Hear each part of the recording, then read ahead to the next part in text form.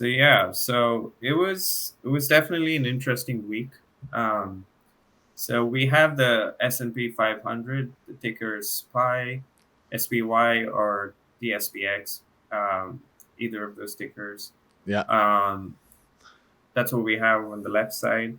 The right side is the QQQ. It's basically the ticker for the Nasdaq.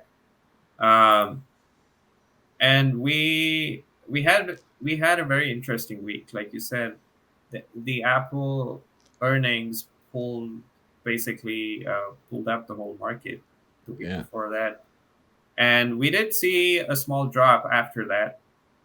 But what we're seeing now, this is a spy again, is that we got an SR flip right on support.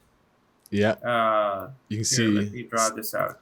So So right here, we can see that it flipped yep. this line. That line is like the bouncing board now, and it's gonna bounce from and move up. So we moved Exactly. all the way up to the second line, just like we were talking about in how to like chart the levels. We were like Yeah, following our own advice there. You'd be trading from the level that we just were bouncing from up to this current level, and now exactly. we're again looking to see, is this next level going to hold? Are we getting another flip, or is this going to be where the new resistance is?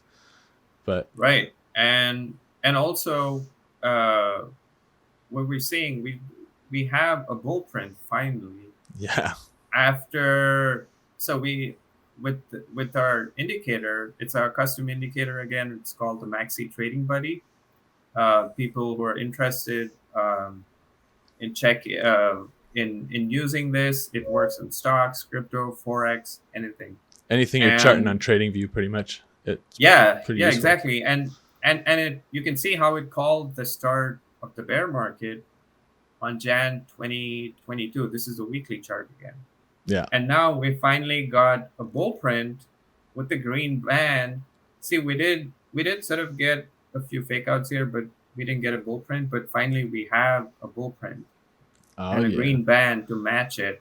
And we have an SR flip. So The bull all of print this, on the weekly chart like that is a pretty big deal, especially if you look at the historical performance of those prints on right? this. So if yeah, like If we go back, this was a COVID crash. See how it showed us exactly when the market reversed, and then it just kept going up from there.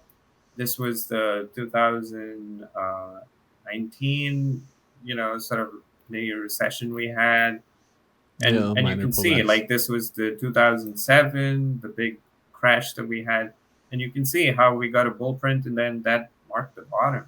Yeah, very much. So this could be a potential bottom. It could be an important point that we're in right now. Yeah, Um, it's nice to see that too, but it's also like, yeah, it's strange to see everything coming up like this. Like the like last week, because last week we were looking at the DXY and seeing that like double Let me bottom. exactly.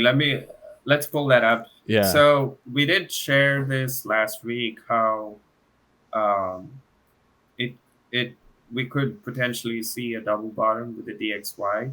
It's the US dollar, Yeah. and guess what? That's exactly what happened. We ended the week with a higher candle, Yeah.